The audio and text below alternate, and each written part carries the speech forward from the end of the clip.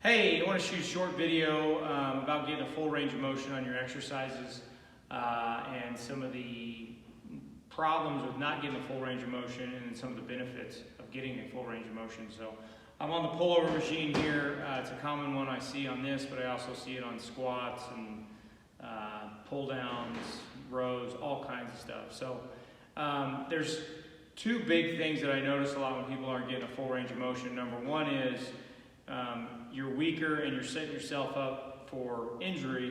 And then the other part of that is, obviously, if you're weaker when you don't get a full range of motion, is you're missing out on a lot of your strength when you get that full range of motion, and that's because you're missing out on your stretch reflex. If you're watching this video, do yourself a favor and Google stretch reflex and read all about it. There's a lot of strength to be gained by stretching a muscle to its fullest capacity and using the stored energy in it when you stretch it. So, for example, I'll give you this one exercise that happens all the time on pullovers. People will do pullovers, and as it gets heavier, they'll start getting a shorter range of motion, and you're missing out on a lot there, and you're also exposing your shoulder to injury if you're not careful. So when people are doing this, a pullover, you should get a good stretch like this, and pull it all the way down. Get a good stretch, open your chest when you come back, just like that, and pull it over.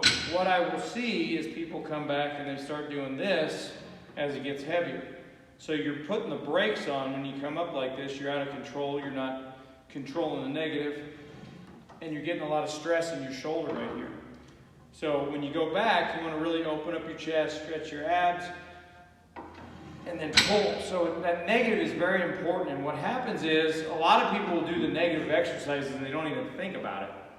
The negative portion of your exercise is almost more important than the positive portion, because when you do that negative, the eccentric, that's when you actually cause little microscopic tears in the muscle cells, and your body goes in there and builds them back bigger and stronger, and that's how your muscles get bigger.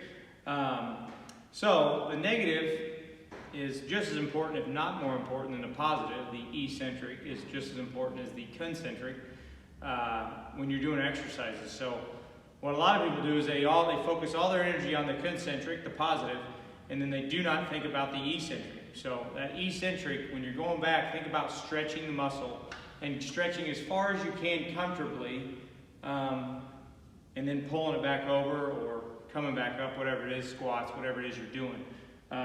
But on your pullovers, make sure you get a good stretch. Don't cut the movement short. If it's bothering your shoulders, you believe it or not, you probably need a bigger range of motion. Maybe need to lighten the weight. But make sure you're opening up your chest when you get back and getting a good stretch, and then pull back over. Thank you for listening.